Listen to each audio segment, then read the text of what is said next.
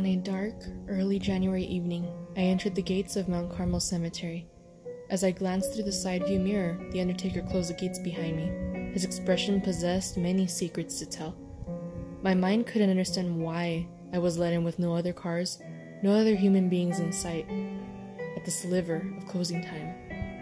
I continued down the dark roads leading to my mother's headstone to take her favorite flowers, pink roses, on this very day that marked her birthday.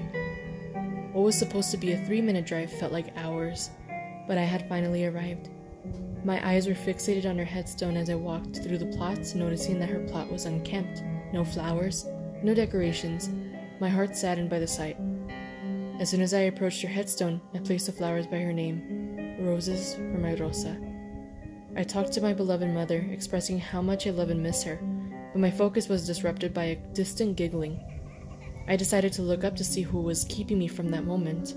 It was a little boy, around 5 years old, wearing a black and white striped shirt, shorts, and suspenders. He circled around the cluster of plots that were about 10 feet away from me, waving his hands through the flowers and pinwheels that decorated the area.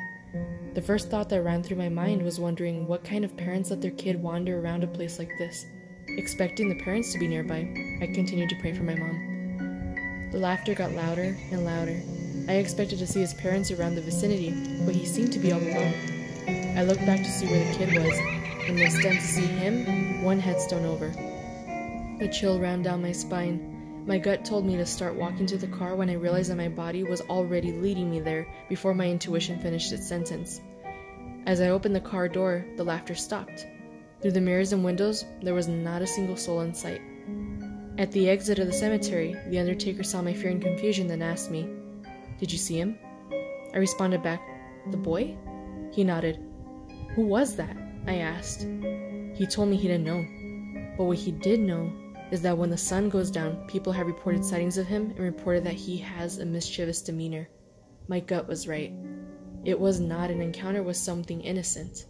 I left, and he closed the gates with one final remark. "Until next time."